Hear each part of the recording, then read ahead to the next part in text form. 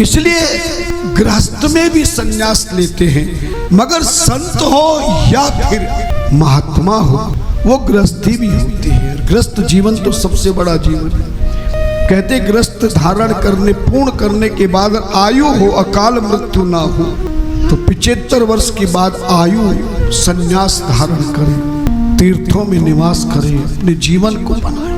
75 वर्ष में 25 वर्ष तो अपने जीवन को काम काज करने के जीवन तक बनाया गया शरीर के लिए, और 25 वर्ष की आयु के बाद से लेके 50 वर्ष तक तुमने घर परिवार कुल खानदान को बनाया। अब 75 वर्ष के बाद जितना समय तुम्हारा बचा है उस सारे समय को भगवान के भजन में लगा। समझ गए ना? संत गृहस्थी को भी कहते हैं, महात्मा गृहस्थी को भी कहते हैं, मुनि भी, मुनिराज भी गृहस्थी को कहते हैं। जहाँ सन्यास का काम आ जाए, सन्यासी गृहस्थी नहीं होता है, पत्नी नहीं लग सकती। हाँ, अगर कोई गृहस्थी ऐसा हो जिसकी धर्म पत्नी जिंदा हो और दोनों सन्यास लेना चाहे तो दोनों भी एक साथ रह सकते हैं, क्योंकि दोनों गंगा के तट पे जाके शरीर को तो खत्म कर देंगे। जब खत्म दोनों का शरीर हो गया तो नाता समाप्त, दोनों एक साथ रह सकते हैं। कितना भी जीवन बीते उतना कर सकते हैं। और सन्यासी को कभी अग्नि में नहीं जलाया जाता है। 2 तरह की सन्यासी को समाधि दी जाती है। इसलिए कह रहा हूं कि तुम्हारा अगर विचार हो तो बता देना मुझे। हमारा विचार तो 2028 में था, लेकिन फिर एक दिन ठाकुर जी ने कहा कि 75 वर्ष की आयु के बाद यदि आयु रहे तो लेना। 3-4 वर्ष का और हमें काम दे दिया ठाकुर जी ने, तो उसका अभ्यास भी हम कर रहे हैं और सन्यास लेकर भी हम यही रहेंगे। लेकिन ये अनुष्ठान में नहीं बैठेंगे, फिर तो हम अपना खुद का अनुष्ठान करेंगे। 75 वर्ष की आयु में सन्यास लेना परम कर्तव्य माना गया है, पहले जमाने में था। और सन्यासी को मृत्यु के बाद उसके शरीर को समाधि दी जाती है। अगर अच्छा सन्यासी है तो अपने शिष्यों को या जहां भी वो रहता है, जैसे उसके प्राणांत होंगे तो उसको जैसे पूजा में बैठते हैं दोनों पांव मोड़ करके सीधे हाथ करके, ऐसे मरते ही उसके शरीर को बिठा दिया जाता है, क्योंकि कम से कम 1-1.5-2 घंटे के बाद शरीर अकड़ने में शुरू होता है। तो उस समय जैसा मोड़ना चाहो मुड़ जाएगा। थोड़ा सा सहारा देकर उसको बिल्कुल समाधि की, मतलब ध्यान योग में आंखें बंद करके दोनों हाथ की अंगुलियों को इस तरह करके और बिठा देते हैं। 2-3-4 घंटे में जब शरीर बिल्कुल अकड़ जाता है, फिर उसको समाधि दी जाती है। कंधे पर 4 व्यक्ति ले जाते हैं, लेकिन वो बैठा हुआ जाता है, लेटा हुआ नहीं, और उसको कफन नहीं दिया जाता है। ये जो संसारिक मृत्यु का कर्म होता, पिंडदान वगैरह कुछ नहीं, वो तो हो चुका, सीधा सीधा ले जाते हैं। कई सन्यासियों को जल समाधि दी जाती है, जैसे गंगा आदि बड़ी बहती हुई नदियां जो गहरी हैं, हमने कई सन्यासियों की समाधि में हम सम्मिलित हुए हैं। हाँ, उनकी यात्रा में हम गए हैं तो बक्सा होता है, यहाँ से ले गए, गंगा के तट पर एक बहुत बड़ा बक्सा बनाया जाता है, उसमें उनको बिठाया जाता है। बहुत सारे पत्थर उसमें नाव में रख करके उसको, है ना, फिर उनको वहाँ बक्से में रख करके पत्थर भर के खूब सारा वजन करके रस्सी बांधते हैं। फिर जल के बीच में नाव जाती है और फिर 3-4 व्यक्ति उस बक्से को उठा करके जल में छोड़ देते। वो गहरे जल जहाँ होता है तो वो सीधा बक्सा ऐसे कैसे जल में चला जाता है, बस वही जल समाधि हो जाती है। अधिकतर लोग भूमि समाधि देते हैं, क्योंकि जल में भारत सरकार ने भी उसका लाइसेंस लेना पड़ता है कि हम इनको जल समाधि देंगे, तब सरकार लिख कर देगी, तब जल समाधि लेंगे। सन्यासी कहता मेरा शरीर किसी काम नहीं आया, तो इस जल में जितने जीव जंतु, मछली आदि जीव जंतु मेरे शरीर को खा लेंगे, धीरे धीरे वो बक्सा गल जाता है और धीरे धीरे शरीर समाप्त होता है। अधिकतर 90% सन्यासियों को भूमि समाधि देते, गड्ढा खोदते हैं 10-12 फुट वाला, उसमें समाधि दे के फिर नमक भर देते हैं पूरा, फिर उसी के ऊपर एक थोड़ा थड़ा मंदिर जैसा बना देते हैं इस तरह से। इसलिए बताया कि अगर आपको विचार बने तो धैर्य लग क्या क्या होता है। हाँ, सन्यास घर बार छोड़ने का नाम सन्यास नहीं है। हाँ? इसलिए वैश्वानर मुनि की धर्म पत्नी सुचुष्मति थी, संतान नहीं हो रही थी। धर्म पत्नी ने अपने पति से कहा, महाराज आपके आशीर्वाद से हजारों माताओं की गोद भर गई है, पर मेरी गोद सूनी है, मुझे एक सुंदर सा पुत्र दे दीजिए। पति से पत्नी ने कहा, वर योगास्म चेन्नाथ यदि देयो वरो मम महे सदृशं पुत्र न देहि न अन्नम वरम वृणे। कैसा पुत्र चाहिए देवी तुझे? बोले मुझे शिव जैसा पुत्र चाहिए। कैसा पुत्र चाहिए? शिव जैसा। शिव का अर्थ क्या है? भगवान शंकर नहीं, शिव शब्द का होता है कल्याण करने वाला। ऐसा पुत्र हो जो जन जन का कल्याण करने वाला है ना। वैश्वानर मुनि बोले कि इसके लिए तो मुझे काशी विश्वनाथ के यहाँ जाना पड़ेगा। मुनिराज ने काशी में जाकर बहुत बड़ी तपस्या करी। एक दिन भगवान शंकर शिवलिंग में प्रकट होकर पूछने लगे, कहो मुनिराज क्या चाहिए? मुनिराज ने कहा, महाराज मेरी पत्नी को मैंने वचन दिया है कि पुत्र चाहिए, और उसने पुत्र आप जैसा मांगा है, तो आप मुझे वरदान दे दीजिए। शिव जी ने कहा कि मेरा जैसा तो मैं ही, जा मैं तुझे वरदान देता हूं। त्वया सुचे सुचे स्मत्याम यो अभिलाष कृतो हृदय आचिरेण कालेन से भविष्यति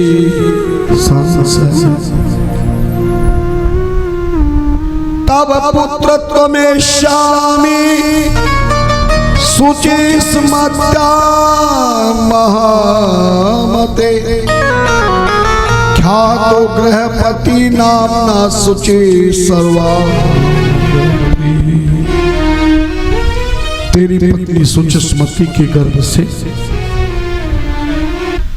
मैं जन्म लेने की लीला करूंगा, मेरा नाम गृहपति होगा, और जा मैं तेरे जीवन को धन्य बनाऊंगा। वैश्वानर मुनि को भगवान शिव ने वरदान दे दिया। शिव ने फल दिया था, लाके मुनिराज ने अपनी धर्म पत्नी को दे दिया। खाई तो गर्भवती हो गई, और 10वें महीने में बहुत सुंदर पुत्र पैदा हुआ। उसी बेटे का नाम गृहपति रखा। कहते हैं कि 8 वर्ष की आयु में जब वो बालक बड़ा हुआ, एक दिन नारद जी वैश्वानर मुनि के गृहस्थ आश्रम में पहुंच गए। नारद जी को बेटे का हस्तरेखा दिखाई, मेरा बेटा की हस्तरेखा देखो कैसा जीवन रहेगा, है ना। तब नारद जी ने जन्म पत्री देखकर, हाथ देखकर कहा, सर्व गुणोपेतम सर्व लक्षण लक्षितम संपूर्ण निर्मले मम पालये विधि ध्रुविधि। तेरा पुत्र सर्व गुणों से संपन्न होगा।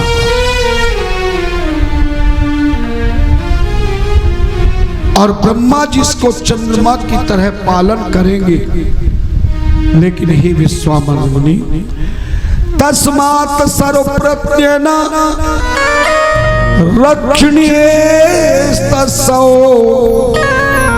गुणोपि दोषतामया वक्रीभूतो विधातरि। बेस बंद करो, इको करो, कड़कती आवाज में हमारी बनाओ, ध्यान देना। लेकिन इस बालक की हस्तरेखा में एक हस्तरेखा खराब है। ये अल्प आयु वाला बालक है, कम उम्र है, 12 वर्ष की आयु में। ये इसका ध्यान रखना, अग्नि के माध्यम से इसका शरीर समाप्त हो जाएगा। संकेयस्य 12 मासी प्रत्युहो विदुत अग्नितः। 12वें वर्ष कहकर नारद जी तो चले गए, मगर मुनिराज और धर्म पत्नी दोनों बहुत दुखी हुई। पिता माता को पता लग जाए पुत्र की आयु कम है तो चिंता का विषय होगा। अपनी माता पिता को रोजाना रोते देखकर एक दिन पूछ लिया, क्या बात है, आप क्यों रोते हैं? गृहपति ने कहा, पिताश्री माताश्री आपकी आंखों में आंसू क्यों हैं? सो जी कहते हैं कि माता पिता ने साफ साफ कह दिया, बेटा तेरी आयु मात्र 12 वर्ष की बताई है, जरा तू अग्नि से बच के रहना, तेरे बिना हमारा जीवन समाप्त हो जाएगा। गृहपति ने कहा, महाराज आप क्यों चिंता करते हैं, मैं भगवान शिव की आराधना काशी करने जाता हूं। पुत्र तुरंत गृहपति काशी नगरी पहुंचे और कहते हैं कि काशी नगरी पहुंच करके गृहपति ने भगवान शिव को प्रसन्न करने के लिए भगवान शिव की आराधना करने लगे। भोले शंकर हो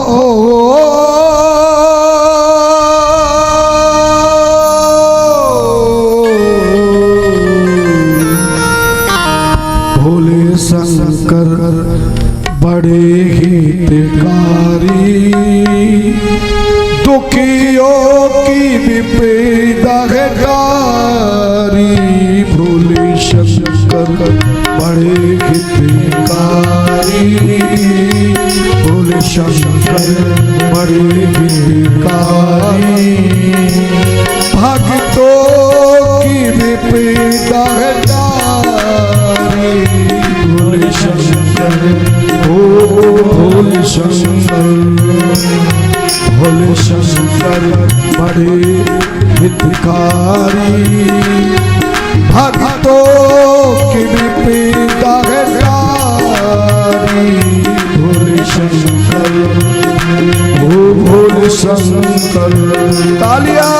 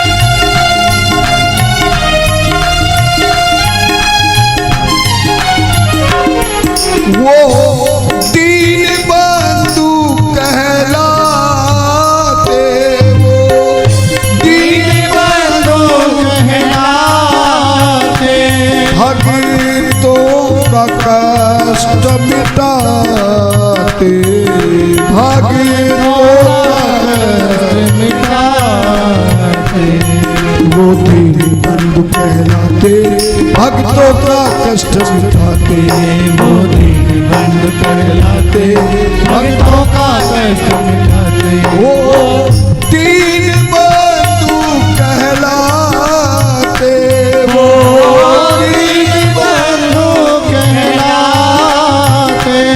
भक्तों का कष्ट मिटाते, भक्तों का कष्ट मिटाते, जो शरण में उन्हें किए आते, जो शरण में उन्हें किए आते, तिन्हीं करते रखवारी, भोले शंकर बड़े हितकारी, भोले शंकर बड़े हितकारी, भक्तों की बेदागतारी, भोले शंकर, ओ भोले शंकर। तालियां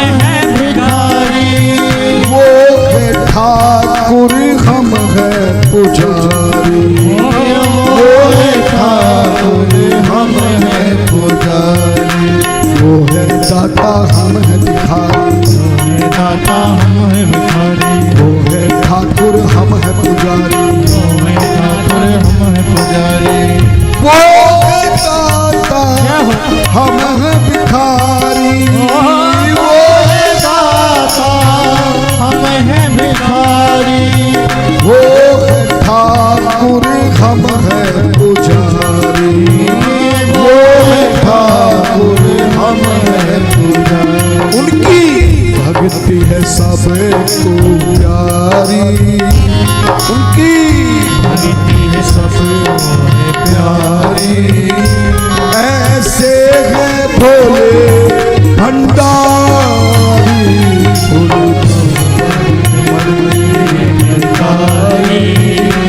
भोले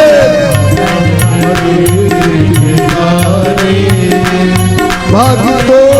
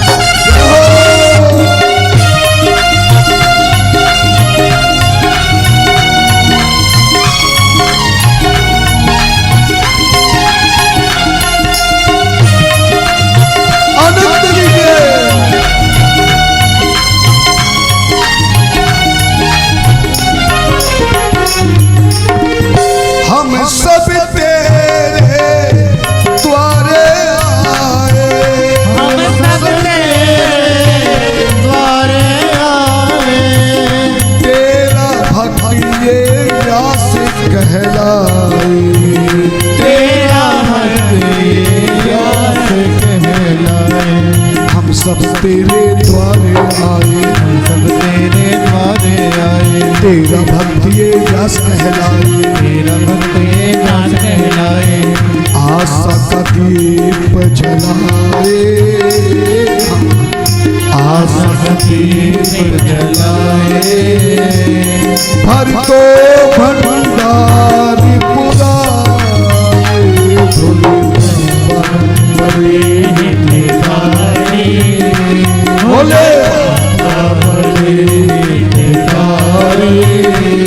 भक्तों की विपदा हटाए, भोले बाबा दुखियों की विपदा हटाए। भोले शंकर हो, भोले शंकर, भोले शंकर बड़े कारी, भक्तों की विपदा हटाए। भोले भक्तों की विपदा हटाए। शंकर हो, भोले शंकर, भोले शंकर हो, भोले।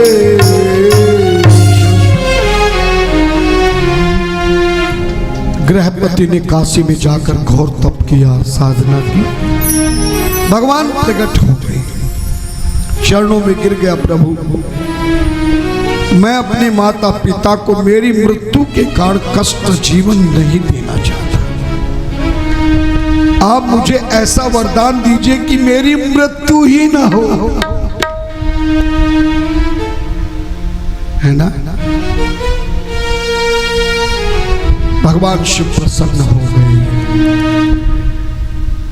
और तभी शिव ने वरदान देते हुए कहा, हे गृहपति, जिस अग्नि से तेरी मृत्यु होनी है, जा मैं तुझे आज अग्नि देवता का पद ही तुझे प्रदान कर देता। यानी तू ही अग्निदेव बन जाएगा। जब तू खुद अग्निदेव बन जाएगा तो फिर मृत्यु कैसे होगी। त्वयेदम स्थापितम लिंगम तव नाम, संन्यास के रूप